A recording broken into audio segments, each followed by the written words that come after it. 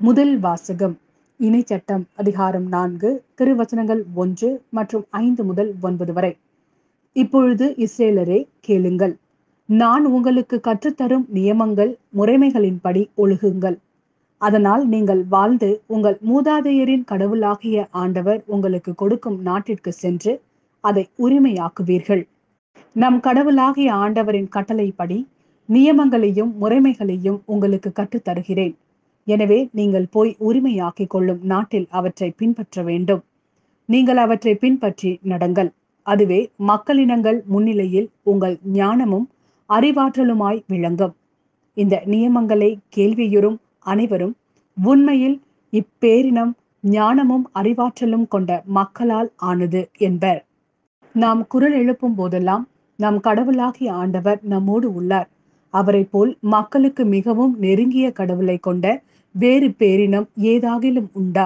நான் இன்று நேர்மை மிகு சட்டங்களை உங்களுக்கு தந்துள்ளேன். இவற்றை போன்ற நியமங்களையும் முறைமைகளையும் கொண்ட வேறு பேரினம் ஏதாகிலும் உண்டா? கவனமாய் இருங்கள். உங்கள் கண்களால் நீங்கள் கண்ட அனைத்தையும் மறந்து போகாதபடி உங்கள் இதயங்களில் காத்து கொள்ளுங்கள்.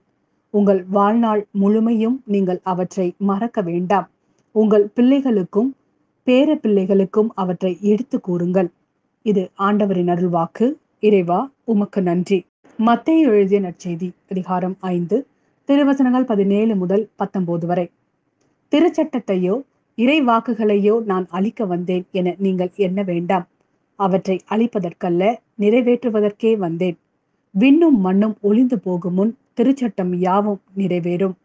அதன் ஒரு சிற்றெழுத்தோ ஒரு புள்ளியோ ஒளியாது என உறுதியாக உங்களுக்கு சொல்கிறேன். எனவே இக்கட்டளைகளில் மிக சிறியது ஒன்றேனும் மீறி அவ்வாறே மக்களுக்கு கற்பிக்கிறவர் விண்ணரசில் மிக சிறியவர் என கருதப்படுவார். இவை அனைத்தையும் கடைபிடித்து கற்பிக்கிறவரோ விண்ணரசில் பெரியவர் என கருதப்படுவார்.